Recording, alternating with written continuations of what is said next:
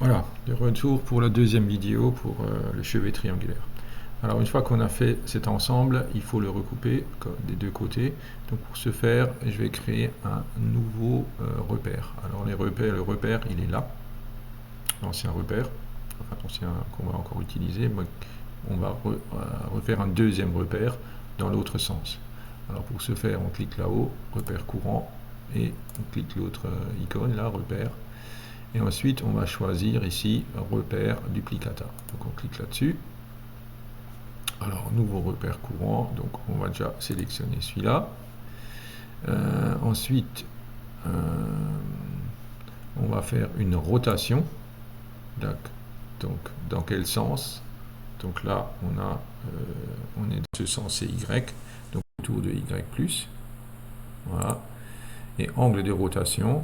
Donc on tape 90, entrée. Et vous voyez que le repère il s'est décalé et il s'est tout de suite mis en actif. Parce que quand c'est gras, quand la ligne est grasse, là, il est actif. Et donc là, il s'est tourné, l'ancien est ici, et le nouveau est là. Donc là, il est bien actif. Alors tout simplement, si je fais là, je clique sur vue de face, là, donc je vois la vue de face de l'ensemble.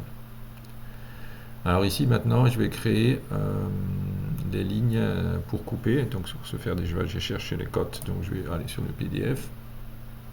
Donc en largeur ici, donc en haut on a 400 et en bas on a 250. Ok. Donc cette arête c'est la même qui continue ici. Donc ça c'est le bout. Donc on va créer une ligne ici et mettre les 250. Voilà. Donc on va déjà retourner sur notre Obsidian. Donc je vais peut-être retourner encore une fois et ouais, je vais créer déjà une ligne d'esquisse. Donc là, celle-là, je vais changer de couleur, de nouveau prendre du noir et je crée une ligne piquée ici. Je clique droit et je refais une ligne ici. Voilà. Et donc, je voudrais faire une ligne qui passe par ici. Alors pour ce faire, là, je ne peux pas m'accrocher. Donc pour ce faire, je vais créer un point. Alors le point, c'est un point sur intersection. Donc on va prendre celui-là. Voilà. Alors premier profil, on va dire, c'est la ligne. Deuxième profil, ben, c'est l'arête ici. Et là, j'ai un point. Voilà. Donc je retourne là-dedans. Je clique droit pour avoir une verticale. Et je clique sur mon point. Et voilà. Ensuite, je clique de nouveau gauche pour avoir une horizontale et je clique en bas. Donc là, j'ai mon extérieur. Donc là, je peux créer mes deux lignes biaises. Alors, je vais faire échappe et je vais refaire un point ici, point, un point milieu. Donc ça, c'est cette icône-là. Je clique premier point, je clique ici, deuxième point, je clique ici et j'ai un point milieu. Donc là, je vais créer de nouveau un trait d'esquisse vertical. Je vais aller là et je vais faire une parallèle. Donc on avait bien dit que la largeur était de 250 en bas. Donc je vais créer une parallèle. Point, ligne de référence, c'est celle-là. Et là, je vais faire en deux côtés. Je vais réduire l'épaisseur des lignes et je vais taper 250 entrée. Voilà. Donc là, j'ai mis 250. Et je vais raccorder ce point à celui-là par des lignes. Donc pareil, ligne d'esquisse. Donc là, je vais prendre par deux points. Donc je maintiens gauche, je m'approche ici. Et je maintiens gauche, je m'approche sur ce point-là. Donc là, j'ai ma ligne de coupe. Pareil de l'autre côté, maintien gauche dans le vide, je m'approche. Et maintien gauche. Là. Voilà. Donc là, j'ai les traits de coupe pour couper tout le caisson. Alors pour ce faire, je vais aller dans la fonction bois qui est toute là en bas. Et ici, dans cette fonction bois, vous avez toute une série d'outils. Je vais prendre la scie. Donc, les pièces à scier, je vais peut-être commencer par faire le côté là. Donc cette pièce, je vais la recouper. Parcours de la scie, je vais vous montrer le trait que je viens de créer.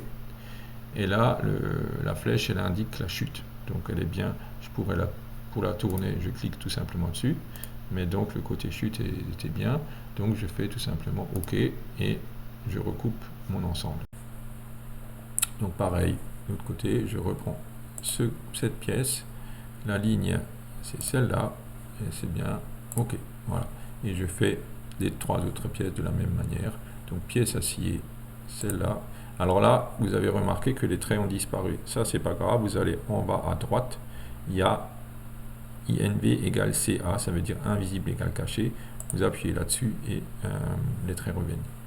Donc parcours de la scie, je vais aller là. Donc c'est bon. OK.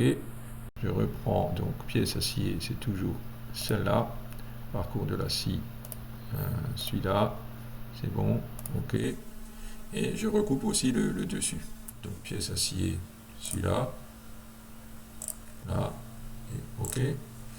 Encore une fois, le dessus, cette ligne, et OK. Et donc là, j'ai recoupé l'ensemble du caisson. Donc, tous les champs sont bons. Voilà, alors donc j'ai de nouveau un tas de lignes que je vais m'en débarrasser. Donc par exemple, je peux le faire sur le 18. Hein. Donc je clique droit le 18 et je clique sur les traits qui m'embêtent. Là, voilà.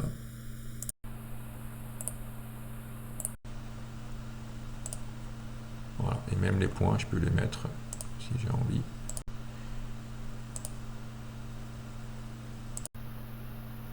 Et voilà. Et donc le 1 ici, je l'éteins. Attendez, ah non, ça c'est le... Oui, ouais, non, c'est bon. Le 18, donc je fais OK. Voilà. Donc ici j'ai les contours. Alors, si j'éteins le 1, les contours disparaissent. Voilà, maintenant il me faut faire la partie basse. La partie basse, on revient sur le plan. Alors comment elle est faite cette partie basse? Donc déjà on a 70 mm de la pointe vers le bas. Après on a 200 mm ici et 140 dans l'autre sens. Donc on va déjà voir comment on peut faire ça. Donc on va remettre peut-être... non, on va garder ça dans ce sens. Donc là le repère il est dans ce sens. Donc on va déjà faire la largeur. Donc je reviens. Donc la largeur ici on a 310. On avait 70 de décalage. Donc on avait déjà fait une ligne de 310. Voilà. Donc on va ici. Donc on peut faire une ligne. Donc je vais là. Donc une ligne toute simple. Je clique ici. Voilà. Et je fais une parallèle de donc un côté de 70. Montrer. Voilà. Ensuite, je prends mon point milieu de nouveau. Bon, je vais peut-être rallumer le 18, donc j'ai mes points milieu. Non, c'est trop de choses, donc on va les éteindre. Je refais un point milieu ici. Donc, ça, là, de ce point à ce point, j'ai mon point milieu. Je fais dans le menu ligne là, je mets mon trait d'axe. Donc, clic droit pour le rendre vertical. Voilà. Et donc, en bas, je fais échappe pour sortir. En bas, on avait 310 dans ce sens. Donc, tout simplement, on fait une parallèle de ça. Donc, deux côtés. On va aller sur 310. 310, entrée. Voilà. Donc, dès que les cotes sont vertes, les lignes de cotes, là, à tout moment, je peux les changer. Si je me suis trompé, je peux les augmenter ou diminuer. Voilà. Et maintenant, la hauteur de l'ensemble. Donc, on revoit l'ensemble. Donc, la hauteur, c'était 140. Donc là, on va mettre une ligne. Et l'inclinaison. Alors, l'inclinaison, si on arrive en haut, il y a un décalage de 60 mm ici. Voilà, donc on revient. Donc 140. Donc, on va faire parallèle de nouveau de cette ligne. Donc, on va taper 140.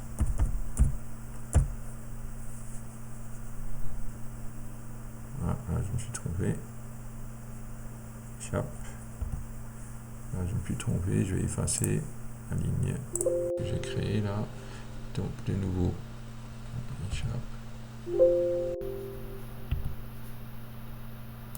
parallèle, qu'est-ce qui se passe là? J'ai fait une erreur, voilà. Donc parallèle, cette ligne, donc ça c'est deux côtés en fait. Il faut que j'aille sur un côté si c'était ça l'erreur. Et donc là, je tape 140. 140, entrée, voilà. Donc là, j'ai bien les 140. Voilà. Et donc, on avait dit qu'on avait un décalage de 60 mm du côté vers le haut. Donc là, tout simplement, je fais une parallèle de là, de 60. Voilà. Et une parallèle ici de 60. Voilà. Donc là, je peux faire ma ligne. Donc, je prends une simple ligne. Donc, du nouveau clic gauche, je maintiens. J'attends et ça s'accroche. Je maintiens dans le vide. Je m'approche et c'est bon. Et là, pareil.